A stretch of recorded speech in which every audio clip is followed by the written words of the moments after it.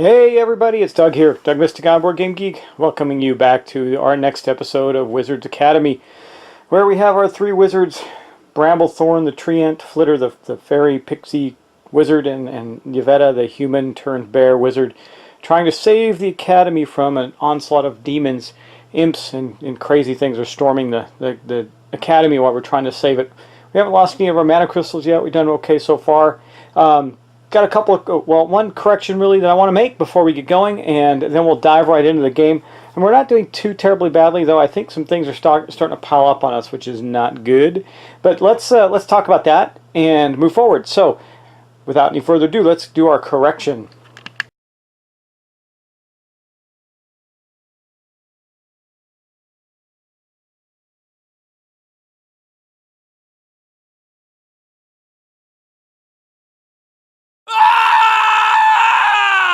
So there's a lot of little things that you need to remember in this game, and I assume it's probably a lot easier if you have other people with you playing, because they'll remember these things too. But when you go through a spot with ice, it actually slides you through because it's slippery, and so I got to remember to do that. I'm not going to go back and do anything because it would kind of mess stuff up. But anyway, I just wanted to remind you that that exists.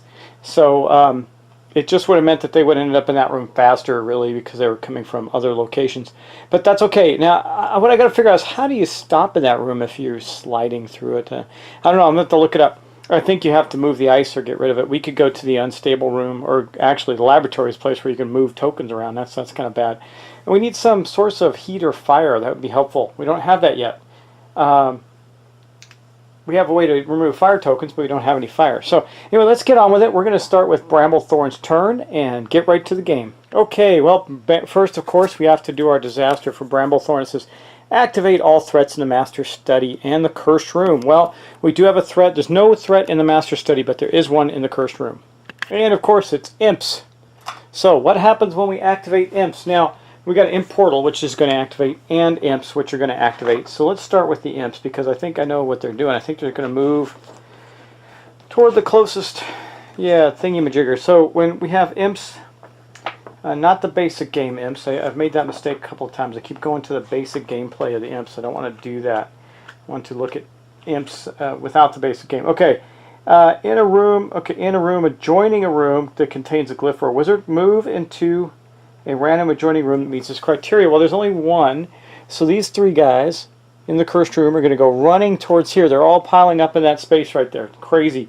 If I can get an ice token in there, they'd be frozen in history and they wouldn't be able to do anything. And then we're going to spawn. This portal is going to activate as well. So I need to get yet another imp out. Our little imp horde running around. Hope I'm not running out of them. Doesn't look like it. No, we're okay. Here's another imp for the cursed room. And that is going to be Bramblethorn's disaster. Now we're going to draw a new one for Bramblethorn. What is it going to be? Fire. Hey, fire. Activate fire. If there is no fire tokens, place a fire token in a random room. Hopefully that helps us. We can actually use that fire. That could be useful to us. And now we're going to get to take a Bramblethorn's turn. Now, Bramblethorn has one glyph. It's one of these in his shared spot. And he's in a room where he can pick up another one. You know what I really want to do is get a hold of some of the glyphs that are all in the room with all the imps, because then I can, well, I know where a spell is. I could also do this. I think for his first action he's going to pick up one of these runes, or glyphs rather. So he's got that glyph, and that would allow him to, well, that spell is terrible. Kleptomania, or, well, we could actually cast a spell we don't know what it is. I think we're going to do that. So for our second action, we will cast a spell. Okay, what I'm looking at is the one in the junction here to here, because he can actually cast that. So we're going to do that. We're going to throw these two down and cast that spell. And it is going to be, I don't know what the spell is yet, so we're taking a chance. Oh, it's a good spell. And that's being cast by Bramblethorn. So it says, switch the position of any two rooms in the adjacent area. Now, being that he's in the planar rift, you can see that there's a boost there for dimensional, the dimensions magic and enchantment magic, which is on this card. So it says, switch the position of any two empowered rooms instead. Well, we cast a spell, so we're going to do that. It doesn't say you may switch, it says switch. So what do we want to switch? Well, I'm not sure yet. Let me think here. We could, you know, if we, so let me think about this for a minute. You know what we're going to do? We're going to kind of block off a room area. You know, there's a door here. Huh, interesting. Guess I don't know why I didn't notice that, but it's on both. No, that looks like a wall. That's why. Okay, we're going to move this room and the cursed room. We're going to move the cursed room here. Boom. Let me see. Yeah, you can see that. And we're going to put the scrying room here. And that will mean that we do not have, there's only one way in and out of the cursed room now. And that is through the holy room. And I don't know what that does for us overall, but it's going to stop the imps from marauding all over the place, and the cursed room's more isolated. So I think that helped. Anyway, I'm going to put that spell back face down because we know that Bind Dimension is there, but we don't have it yet bound. Okay, that was action number 2. Action number 3 can be to move. Yeah, I don't think he wants to move though. I think he wants to stay right there. Okay, fair enough. We're going to stay right there. Okay, yep, that's what we're going to do. We're going to stay there. Alright, so that is going to end Bramblethorn's turn. Now we're going to go on to Flitter. Okay, here's Flitter. Flitter's going to use this, do her disaster. The current player immediately casts the highest level botch spell that has been bound. This costs no glyphs. Okay, let's look at that. The highest level bound spells, there's 2 actually. So I wonder if there's an order. Freeze is the lowest one in the order, the highest glyph rather. So I'm going to assume that's the right one. So she's going to cast Freeze where she's at. Place an ice token in your room. Replace all water tokens in your current room and adjacent rooms with ice. Well, this is a good thing for us, and I'll show you why. Well, actually, it's not a good thing. Darn it. I really need these glyphs. So here's what's going to happen. We're going to drop an ice token where we're at. And then we're going to drop an ice token. It says in chill, it says in place a single ice token in your room. I'm sorry, freeze. Place an ice token in your room. Replace all water tokens in your current location and adjacent locations with ice. Okay, water tokens. Okay, so all we're going to do is place an ice token in this room. Not the worst thing that could happen. That's that's her disaster. Then we're going to draw another one. So we're starting to build up a lot of ice in there though. And she's going to activate all the threats in these rooms. That's not such a big deal for us right now. And then she's going to get to take her turn. She is not in a place where she can get any stuff. So here's what she's going to do. It's going to be kind of an awkward turn for her. She's going to move to here. She's going to pick up one of these glyphs.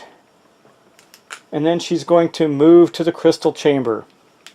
You know, now I thought about it, I should have swapped this one away because all those imps are right next to the crystal room. That could be very bad. I didn't think about that.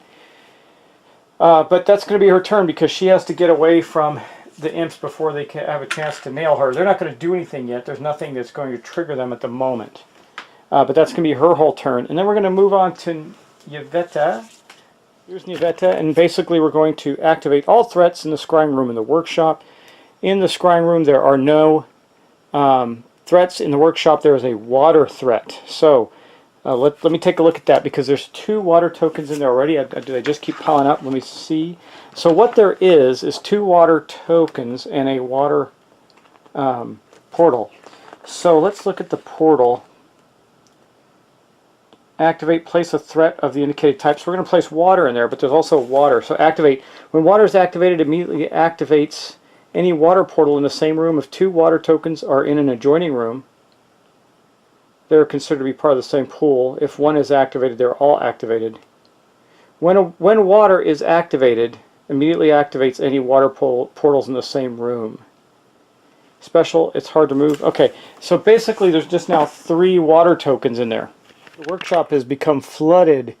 That is where you build a wand. So we're going to have to do something about that. Now in the special it says that, let me just read the special because it's harder to move in there. It is hard to enter a room containing 1 or more water tokens. A wizard moving into the room must immediately spend an additional movement action. If they do not have the action, then their action ends without them entering the room. If multiple effects slow movement, only 1 additional action is required. So even though there's 3 there, only 1 additional action is required to get there. Not a big deal, but we do have, that was Nivetta's threat, and it is gone, and now we're going to have a new disaster, and it's the last one, so we're going to put in some more nastier ones. It's going to be terror. There isn't darkness, but she's going to have a darkness threat next turn. Now, she is in the planar rift room, where she's going to first pick up a token, a glyph there. Now she's got a glyph that basically is the kleptomania spell, so we don't want to use that. Well, it could also be the chill spell. We don't want to use that either. So she took a room action to gather that. Oh,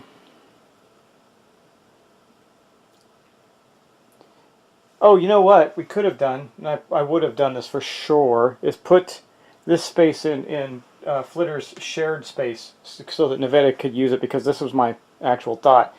We're going to use Nivetta to cast a spell with this and using this, these 2 spells, to cast a spell. I know what it is already. It's going to be Nova, so I'm going to cast it. Actually, I don't want to do that. Darn it. Well, I can do that because...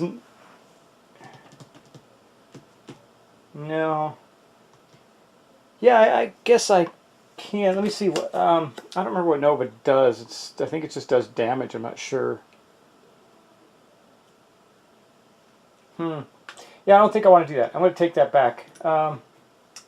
So, Flitter still has that token, and she still has this token. She could take another room action to gather another token, which she'll do. She'll get 3 of these. That'll allow her to bind a spell. We could call out the Nova spell and bind it. And then she's got a movement. You know, what does it take? It takes how many to get the wand? Acquire a wand. 3 glyphs. So if she stays there one more time and gets another glyph, she could maybe bind or get that one in her glyph space. And she can't move. She only got 1 move left, so she can't move into that room there.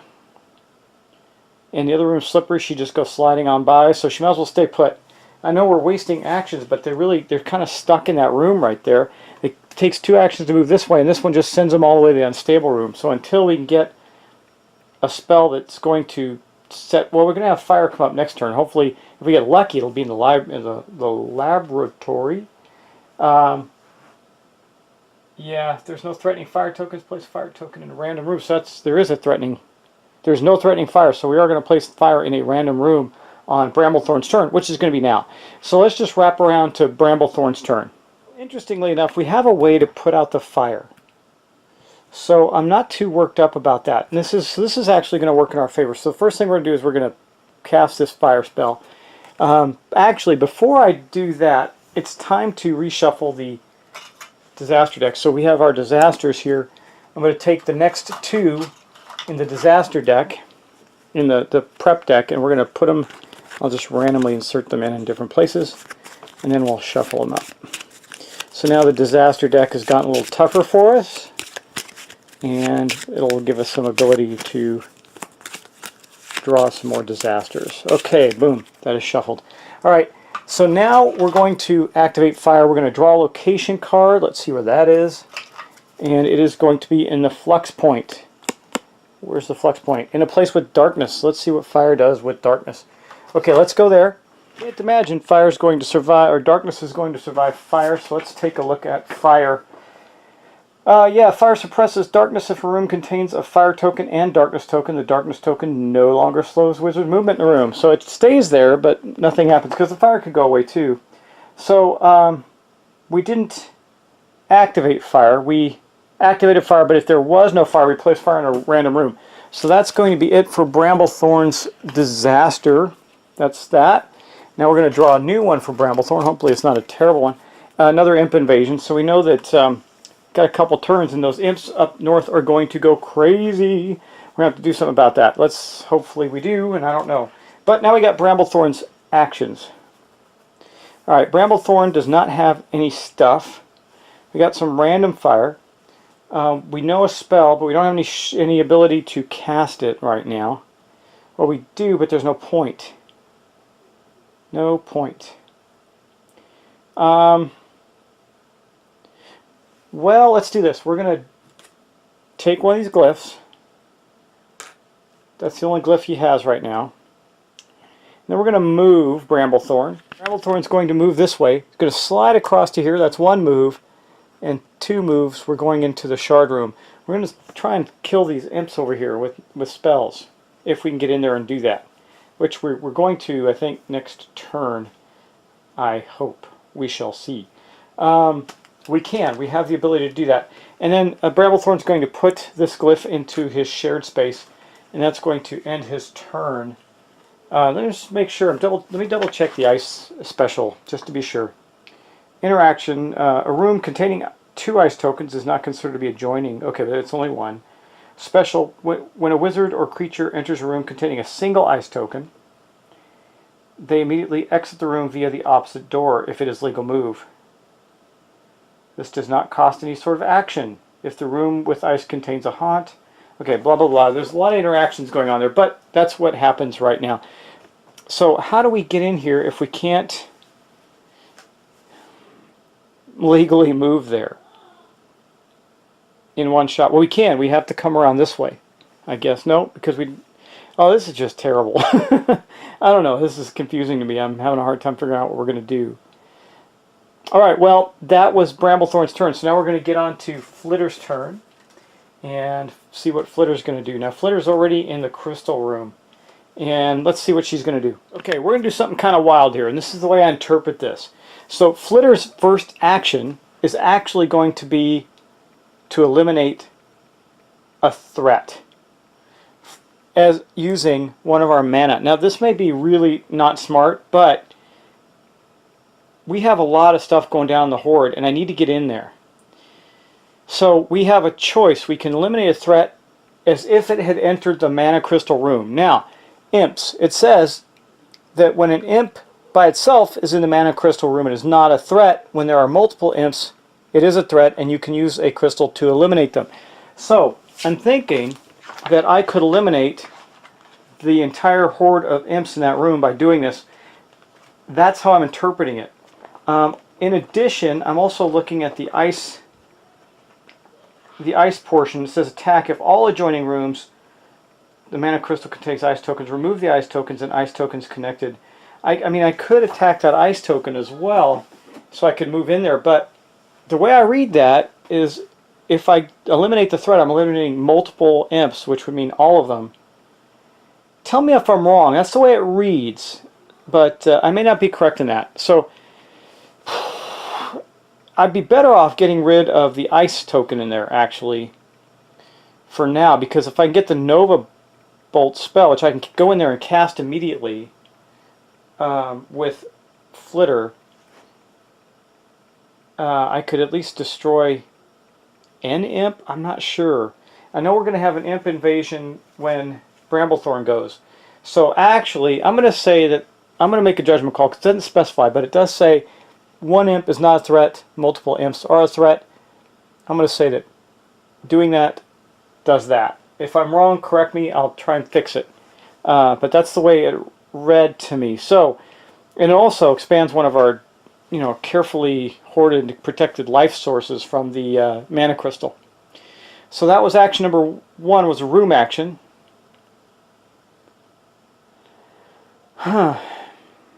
Action number 2. Is going to be a move. We're going to do 2 moves. Move 1. Okay, we're going to do 2 moves. We're going to go 1, 2, and that's going to end her turn. She is not going to cast a spell this turn. That's it. We got to get into that Hoard room and get well, Yeah, that's what she's going to do. Because she can't get to a place where she can get another glyph unless she goes in there. Okay, so we are going to attempt to get into the Hoard next turn with her, and that's going to end her turn. Now we're going to go on to Niveta. Now Niveta has 3 glyphs right now. We've got to resolve this first. Terror. If there is no threatening darkness tokens, place a darkness token in a random room. All wizards and creatures move 1 space away from the nearest darkness. Okay, so we do have a threatening darkness token. It's in the flux room, but it's not in effect. Because if it's in a location with fire, it says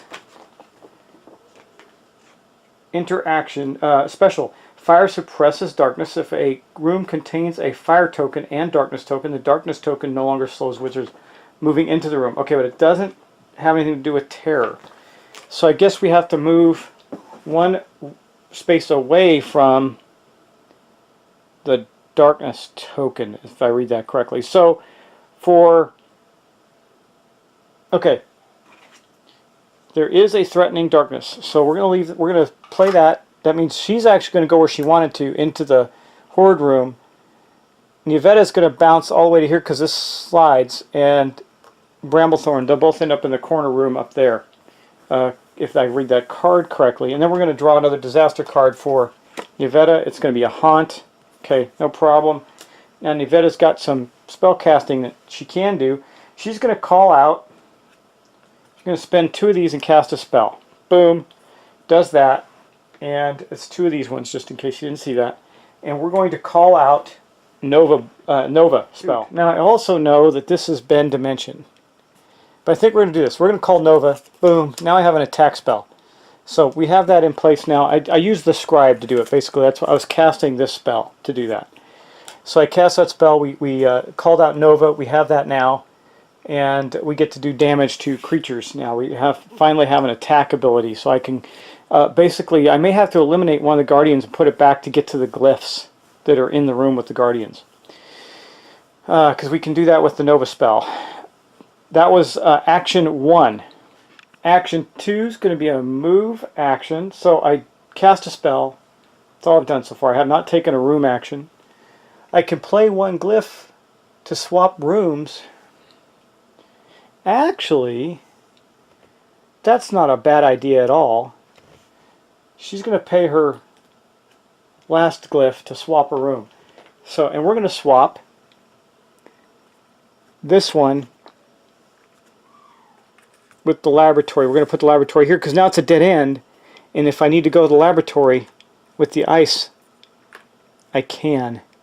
But we also have a couple of it. I think we have some adjustments. Nope, there's no way through here now.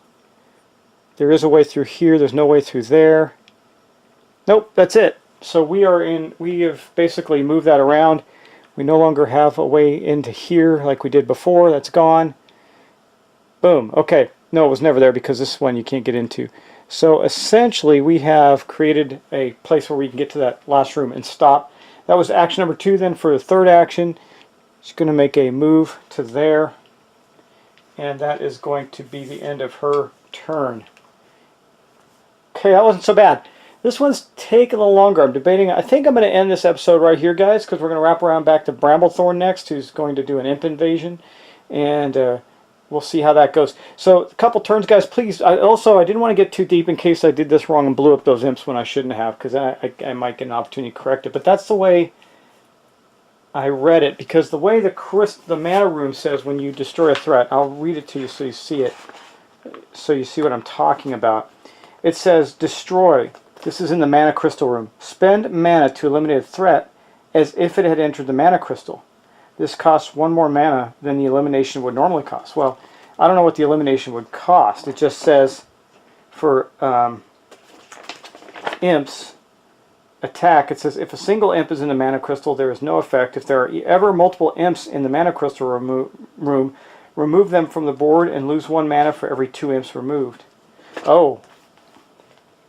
I gotta think about that, guys. I may have not done that right.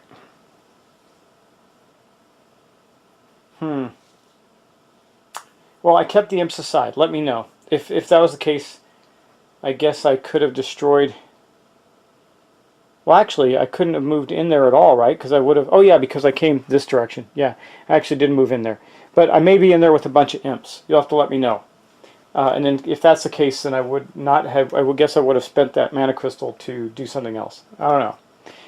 We'll think about it. Let me know, guys. Thanks for watching. Thanks for subscribing. Fun game. Kind of. There's a lot of little bits that you have to pay attention to, but it's worth it.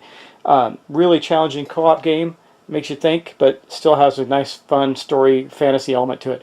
So thanks for watching again, guys. Appreciate it, and I will talk to you soon.